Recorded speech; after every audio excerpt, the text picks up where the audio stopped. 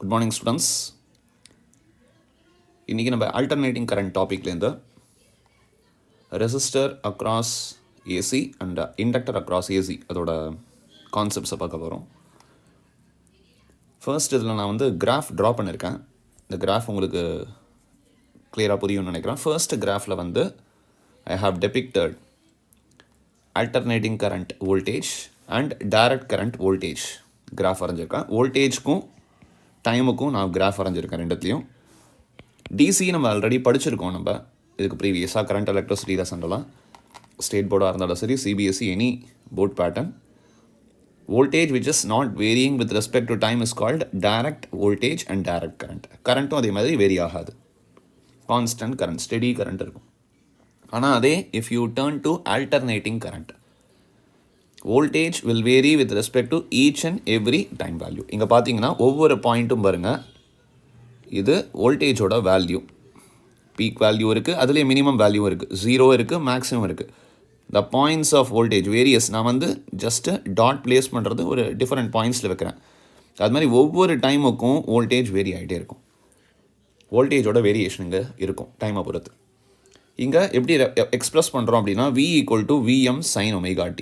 டிசியில் அப்படி தேவையே கிடையாது, வின்னு எழுதினாலே போதும் சிம்பிளாக. ஆனால் இங்கே வந்து V = Vm. விஎம்ங்கிறது அதோட பீக் வோல்டேஜ். இதுதான் இதோட peak voltage. The top value plus விஎம்னு சொல்லுவோம். அதே மாதிரி இந்த பாட்டமில் இந்த வேல்யூ வந்து -Vm. ஸோ பீக் வோல்டேஜ் அப்படின்னு இதை சொல்லுவோம். ஜஸ்ட்டு நம்ம நெகட்டிவ் பாசிட்டிவ் வேரி ஆகிறதால தான் நம்ம Vm -Vmனு ரெப்ரசன்ட் பண்ணுறோம். ஏன்னா ஆல்டர்னேட் ஆகும் டைரக்ஷன். கரண்ட்டோட டைரக்ஷனும் சரி, வோல்டேஜ் டைரக்ஷனும் ஆல்டர் ஆகும். இப்போ நமக்கு தெரியும் we used that battery symbol இப்படி தான் நம்ம யூஸ் பண்ணுவோம். இது positive end of the battery, இது negative end of the battery. இது பேட்டரி அப்படிங்கிறது நமக்கு தெரியும். இது டிசிக்கு நம்ம யூஸ் பண்ணியிருந்தோம். ஆனால் இப்போ ஏசியில் பார்த்தோன்னா we won't use a battery, we will use a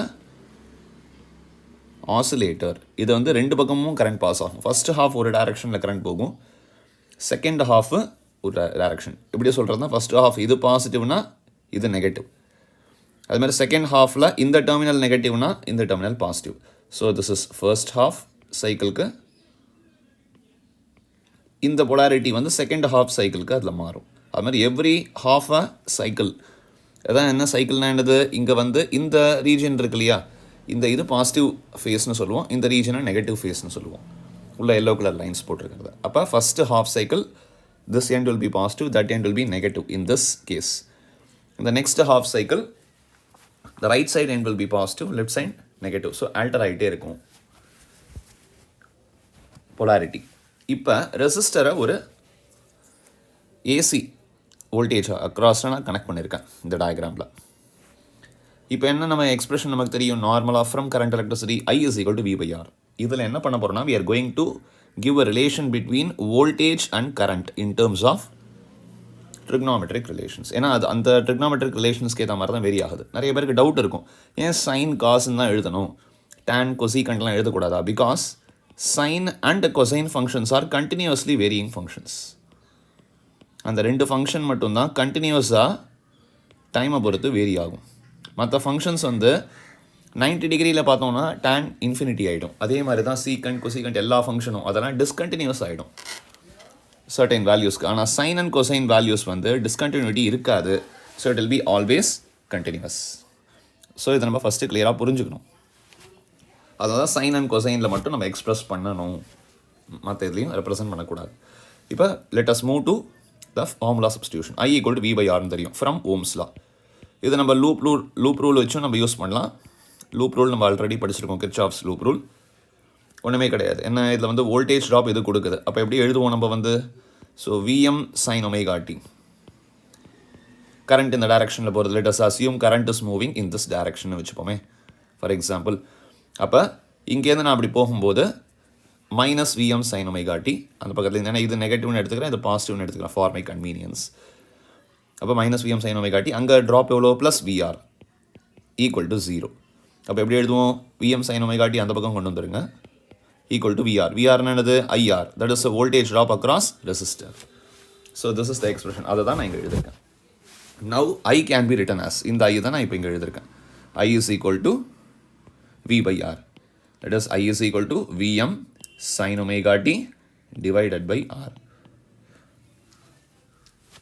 இது புரிஞ்சிருக்கும்னு நினைக்கிறேன். ஸோ இந்த ஐ வந்து நம்ம என்ன சொல்கிறோன்னா I is varying with respect to time. எப்படி சொல்கிறது? Because VM divided by R is IM and sine omega t. ஏன்னா V by R is sine I தானே, sorry, V divided by R is I.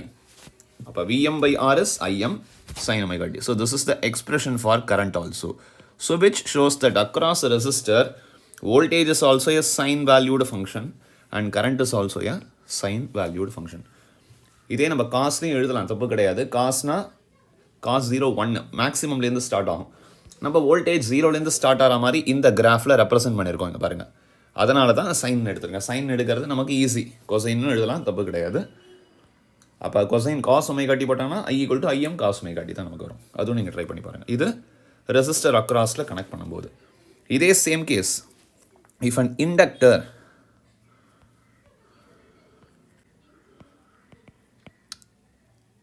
Across AC,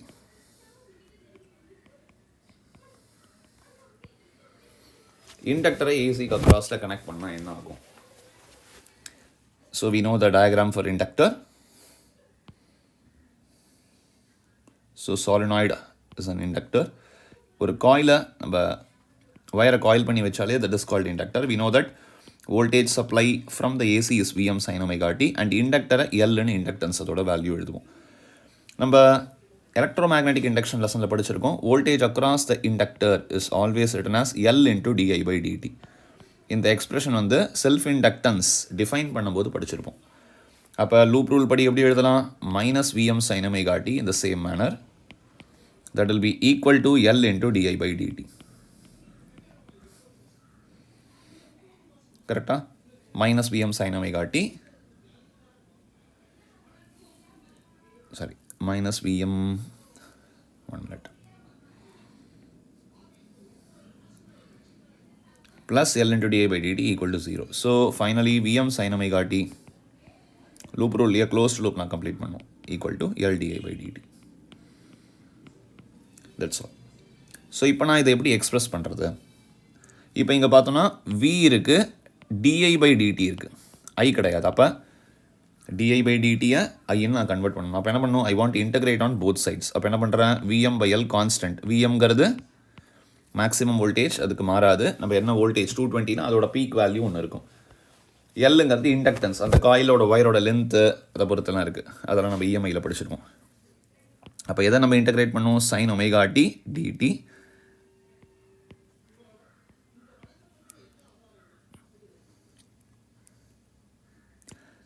want to integrate sin omega t dt equal to di. ஒன்றுமே கிடையாது. இங்கே டிடியை cross multiply பண்ணியிருக்கோம். இங்கே we are separated the variables I and t, separating the variables படி பண்ணி separate பண்ணியிருக்கோம். Integrate பண்ணால் DI, integrate பண்ணால் ஐன்னு வந்துடும். VM by L sin omega t integrate பண்ணால் minus cos omega t by omega. Finally we are getting the expression. எப்படி இருக்குது பாருங்கள் expression? I equal to Vm by L omega into minus cos omega t. Previous ரெசிஸ்டரில் பாருங்கள், இதே ரெசிஸ்டரில் நமக்கு என்ன வந்திருக்கு? I equal to Im sin omega t இருக்குது, Vm sin omega t ரெண்டுமே வந்து சைன் தான். ஆனால் அதே இங்கே பாருங்கள், I equal to Vm by L omega, அங்கே Vm by R. ஏன்னா ரெசிஸ்டருங்கிறதால R, இங்கே இண்டக்டன்ஸுங்கிறதால instead of R, here we are using a new term called L omega, that is called XL, that is called inductive reactance. இதனால் என்ன use sir அப்படின்னு பார்த்தோம்னா, inductive reactance will oppose the growth and decay of current. அதனால் decay of current, current வந்து ஜாஸ்தியான கரண்ட்டை கம்மி பண்ணும் inductance, அந்த ரியாக்டன்ஸ் இண்டக்டரில் இருக்கிற ரியாக்டன்ஸ், இண்டக்டிவ் ரியாக்டன்ஸ். அதே கரண்ட்டு கம்மியான கரண்ட்டை ஜாஸ்தியாக்க ட்ரை பண்ணும். எதனாலனா அதுக்குள்ளே உருவார இஎம்எஃப்னால. ஏன்னா ப்ரீவியஸ் செஷனில் படித்தோம் இண்டக்ஷன்ட்டு. இது பேர் தான் இண்டக்டிவ் ரியாக்டன்ஸ். இதோட யூனிட்டும் எஸ்ஐ யூனிட்டும் ஓம். ஸோ நல்லா கிளியராக புரிஞ்சுக்கோங்க. ரெசிஸ்டன்ஸோட யூனிட்டு ஓம், இண்டக்டிவ் ரியாக்டன்ஸும் ஓம். அப்போ ஐ இப்படி வந்திருக்கு. அப்போ எப்படி எழுதலாம்? I is equal to IM minus cos omega t. What is IM here? IM is VM by L omega, that is VM by XL. இதாங்க இண்டக்டர் பற்றி நம்ம தெரிஞ்சுக்கிட்டது. என்னென்னா ரிலேஷன் மட்டும் மாறி இருக்குது. ஏன்னா இங்கே பார்த்தோன்னா V is equal to Vm sine omega t இப்படி இருக்குது. ஆனால் இங்கே வந்து I = Im minus cos omega t இருக்குது. அதை நல்லா கிளியராக புரிஞ்சுக்கணும் இந்த இடத்துல நம்ம. That is very very important here.